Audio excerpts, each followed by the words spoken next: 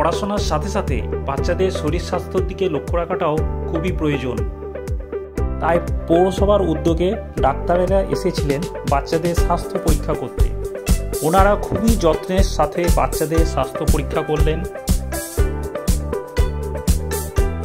ওনাদের কাজের সুবিধার জন্য আমাদের স্কুলের একজন শিক্ষক ওনাদের কাজে সহযোগিতা করলেন।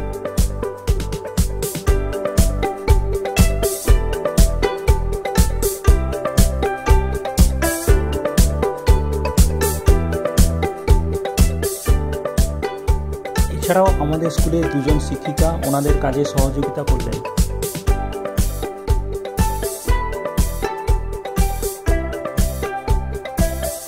সুস্থ থাকতে হলে যে সমস্ত নিয়মাবলী বাচ্চাদের মেনে চলা উচিত তা ডাক্তারবাবু খুব সুন্দরভাবে বাচ্চাদের বুঝিয়ে বললেন।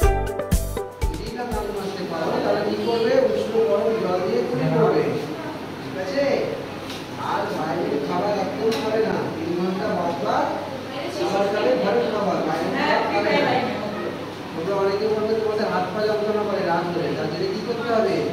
তোমাদের হাত দিয়ে 10বার উঠবস করবে। আর দুধ, ডিম, ছানা, পাকা কলা, পাকা পেয়ারা এগুলো বেশি বেশি করে মাকে দিতে বলবে। বুঝতে পারছো? এগুলো খেলে ঠিক হয়ে যাবে। ঠিক আছে? যাও সময়